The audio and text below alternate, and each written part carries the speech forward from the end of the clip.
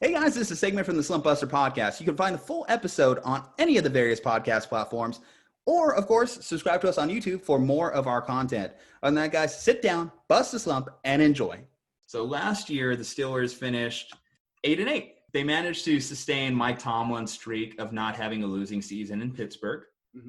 Big Ben got hurt. That was the biggest issue that the Pittsburgh Steelers probably faced last year. Surprisingly, they don't trade for a quarterback. They actually trade for a safety, Minkah Fitzpatrick. And from that point, the Steelers have one of the best defenses in the league. What are you expecting from this team with Big Ben coming off Tommy John surgery and Minkah there from the start? Yeah, so Big Ben, he just came out and basically gave an update on his elbow. He said he's feeling fine. He said he's feeling ready to go.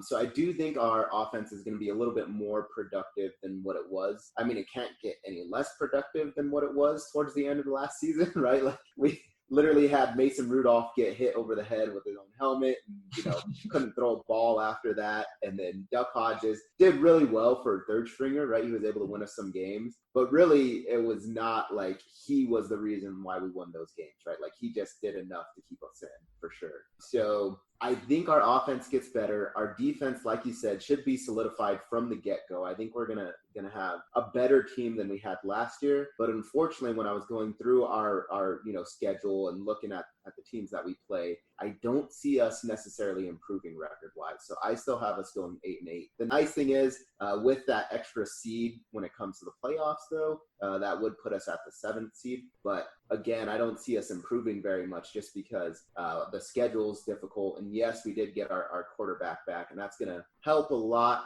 But in the games that we're playing, I just don't know if we'll be able to pull off any more.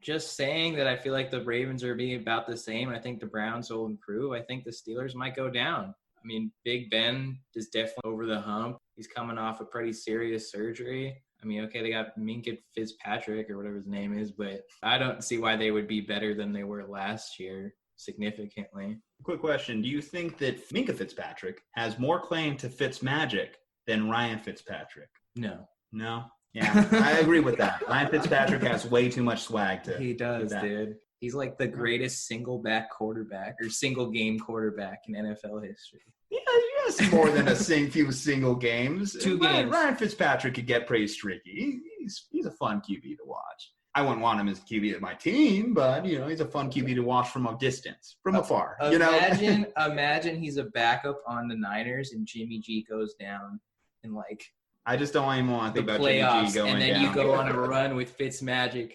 That would be both exciting and exhilarating and also very, very hurtful, as I think that Jimmy is bound for a good year. But back to the main focus here. Actually, Dre, I'm going to ask you also a couple of fantasy football points here. So okay. You have James Conner and Juju Smith-Schuster, 2 guys that a lot of fantasy owners are really excited about taking a bit of a rebound.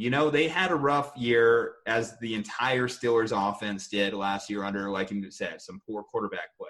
Do you think James Conner and Juju can actually succeed and thrive this year? Yeah, I think I would say last year comparatively, they were probably overvalued compared to their production. And so I think that left a sour taste in probably a lot of players' mouths. And so I think that they'll possibly be undervalued this year, right? So they might fall a little bit further just because I know some people will weigh in, okay, what was their production like last year? Of course, a lot of the major sites that do fantasy football, they're going to factor in Big Ben being back into their projections and all that. But I do think that leaves some opportunity, like I said, for Conner and for Smith-Schuster to be undervalued a little bit. So I think they have a rebound year. Are they going to have the year that they had 2 years ago? I don't know. I don't think so. That's going to be hard to get that level of production. And like I said, the schedule itself is still really difficult. And then, of course, not having Antonio Brown as another option, and we haven't really seen any of our other wide receivers start to flourish and blossom. I think that just allows defenses to apply pressure to those specific targets, right? So they can focus on Smith-Schuster, they can focus on James Conner. Whereas when we had Antonio Brown, right, you had to focus on this sort of 3-headed monster. And so I think they have a better year than they had last year. I think you can get them undervalued, but is it going to be their all-time high? Probably not. Just sounds like you're not really a big Chase Claypool believer this year for him to step up at wide receiver. They have made some picks at wide receiver. We'll see. They've always been known as an organization to develop and make wide receivers better. I think obviously that's going to key into Big Ben's health, where he is at this point in his career. Tommy John surgery, it can definitely be either a career ender, or we've seen guys actually come back stronger after Tommy John. Of course, I'm applying this to baseball. You are replacing the ligament essentially in your arm. Sometimes that gives you a little bit of a boost. It's essentially leg ligament that they put in your elbow, and a little bit stronger. And we'll see if Big Ben could benefit from that procedure. We'll see just in general what kind of mindset he is. The last couple of years, he's also been talking about retirement. So when you go from talking about retirement to having a devastating injury to trying to make a comeback, it just seems like you have conflicting thoughts going on in your own head in that situation. With that said, I'm actually expecting the AFC North to be one of the toughest, most competitive divisions in football. And that's why I actually have the Steelers going 10-6.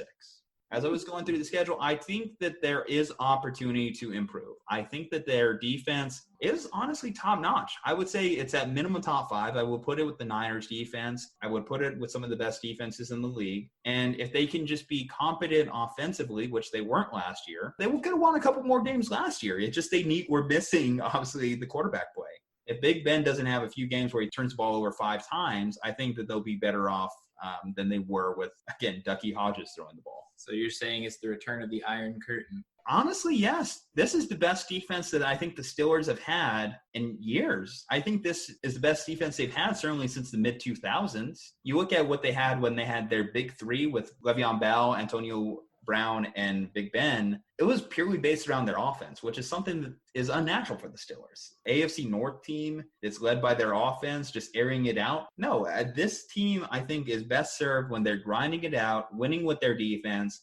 It just helps that they do have a Hall of Fame quarterback. They do have talented wide receiving pieces like Juju Smith-Schuster and a competent runner in James Conner. So I think that they have the right pieces, a good offensive line. I think the biggest thing that you can always say about the Steelers is that continuity, that presence that Mike Tomlin brings them. They're always a threat, even when the roster isn't as good as it is now. And like I said, this is a good roster. So I think the Steelers, 10-6, it's not that much of a reach for me.